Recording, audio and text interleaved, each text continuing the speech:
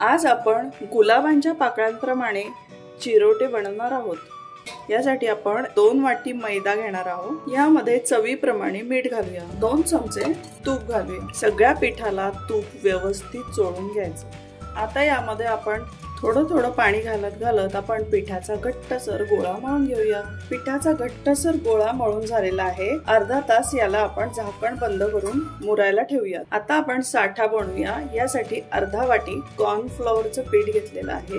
6 ते 7 चमचे आपण यामध्ये तूप घालून घेऊया। आता 5 मिनिट याला व्यवस्थित फेटून घ्यायचं। लोण्यासारखं याचं टेक्स्चर झालेलं आहे।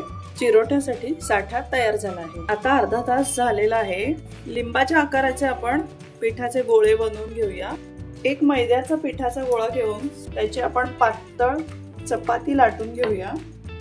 अशा आपण एकूण 4 करून घेऊया।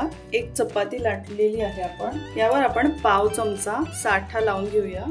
चारही बाजूंनी हा व्यवस्थित पसरवून घ्यायचा। एक चपाती लाटून घेऊन त्यावर साठा लावून झालेला आहे। यावर आता आपण दुसरी चपाती ठेवूया। याच्यावर आपण पाव चमचा आणखी साठा लावून घेऊया। आता यावर आपण तिसरी चपाती ठेवूया। या तिसऱ्या पोळीवर पण आपण पाव चमचा साठा घालून घेऊया। एखाद्या मधल्या पोळीला आपण आवडीनुसार फूड कलर लावू शकतो, हे ऑप्शनल आहे। यावर आता आपण चौथी चपाती ठेवूया। पाव चमचा साठा लावून घेऊया। आता आपण या चपात्यांचा दाबून घट्टसर असा रोल बनवूया।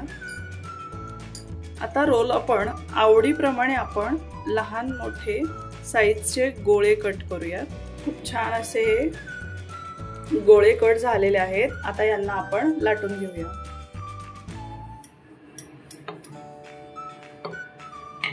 असे जराशे जाडसरच ठेवायचे। अशा आपण लाटून घेतलेले आहेत जाडसर पुऱ्या। आता यांना आपण मंद आचेवरती 3 ते 4 मिनिट तळून घेऊया। मध्यम आचेवर तेल तापलेलं आहे। यामध्ये आपण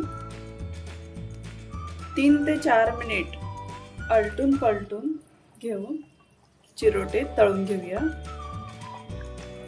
3 ते 4 मिनिट मंद आचेवर तळलं की असे गुलाबासारखे दिसणारे भरपूर लेयर्स असणारे चिरोटे तयार होतात। आपण असे आणखी बनवून घेऊया। चिरोटे गरम आहेत तोपर्यंतच आपल्याला याच्यावर गाळणीने पिठी साखर भुरभुरायचे आहे। गुलाबासारखे दिसणारे भरपूर लेयर्स असणारे चिरोटे तयार आहेत।